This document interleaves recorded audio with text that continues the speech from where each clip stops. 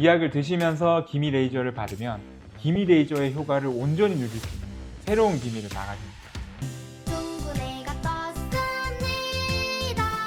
안녕하세요. 일본에서 가지고 들어오다가 문제가 될 수도 있는 기미약이 있다고요? 그 이슈를 다뤄보도록 하겠습니다.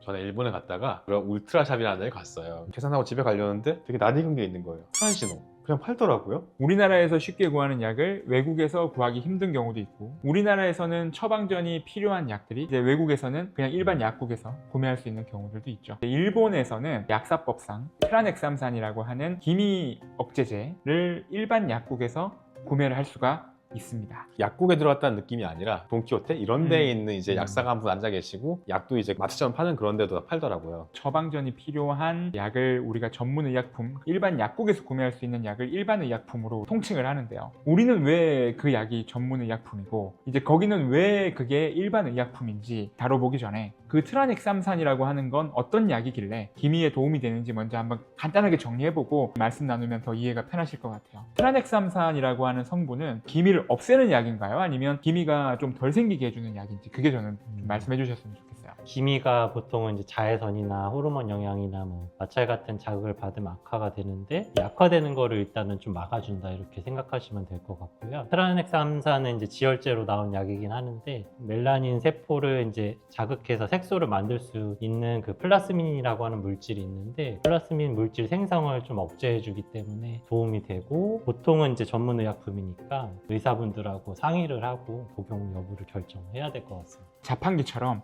멜라닌 세포에 동전을 집어넣으면 음료수처럼 검정 가루를 토해낸다. 그렇게 설명을 드리거든요.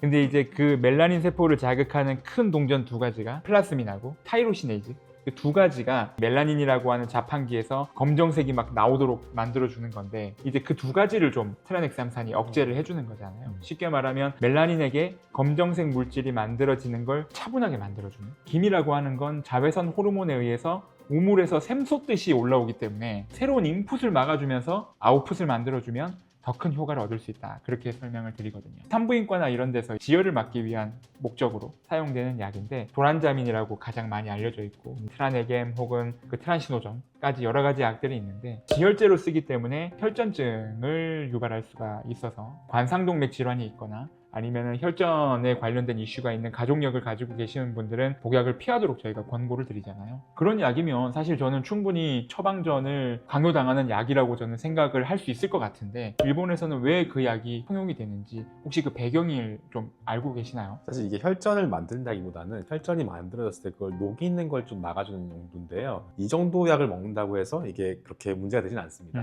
그렇기 때문에 되게 오랜 기간 동안 안전하게 먹었던 약이기 때문에 괜찮은 거고, 그리고 일본에서는 이제 그 허가사항을 받을 때 처음부터 2달만 먹게 허가를 받았어요. 써있는 게 이제 2달 먹고 쉬세요 라고 돼 있고, 트란시노 옛날에 한 도란사민 되게 품절 사태 기억나세요? 맞아요. 때? 그때 이제 기미약이 다 품절됐어요. 우리나라 전체. 도란사민은 약가가 정해져 있잖아요. 그러니까 이걸 약국에서 더 비싸게 받지 못하는데, 트란시노는 일반의 약품이었기 때문에 이걸 그냥 부르는 게 값이었던 거죠. 그러니까 이제 더 비싼 값에 팔 수 있어서 트란시노만 만들었던 거죠. 그 한정된 원료로. 그래서 그때 도란사민이 품절이었고, 트란시노정이 2달 복용, 2달 휴약을 반복하도록 강권하는 이유가 저는 일반 의약품이기 때문이라고 생각을 하는 거거든요. 타이레놀도 과복용을 하면 간독성이 일어날 수 있는 것처럼 내 주변에 있는 약이라고 해서 무조건 안전한 약은 아닌 거거든요.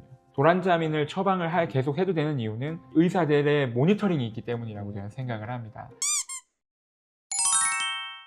트란시노가 도란사민 다르게 좀 더 성분이 3개짜리거든요. 메인 성분 말고도 비타민 C랑 이제 ALC스테인이 들어있어서 약간 더 미백 성분이 더 들어있다라고 볼 수 있는데, 성분이 많으면 부작용도 있을 수 있다. 조심할 필요가 있죠. 저희가 이 영상을 찍었을 때 저희가 말씀드리고 싶었던 요지는, 이 약을 일본에서 구매할 수 있다라고 해서 무작정 그게 장점인 게 아니라 의사들의 모니터링을 통해서 안전하게 드셨으면 하는 바람에서 영상을 준비했었어요.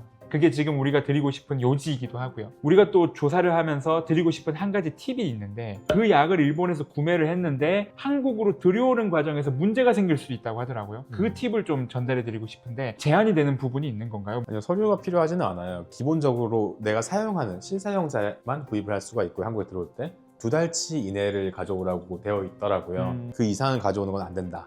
그걸 가져오더라도 내가 먹어야지 이걸 뭐 당근에 올려서 판다, 친구한테 준다, 이거는 국내법에 안 맞는 겁니다. 그거는 처벌을 받을 수 있는 부분인 처벌. 거잖아요. 약사법에 위배가 되는 거라서. 그걸 막 잡으러 오진 않겠지만은 맞지는 않는 거죠. 이게. 음.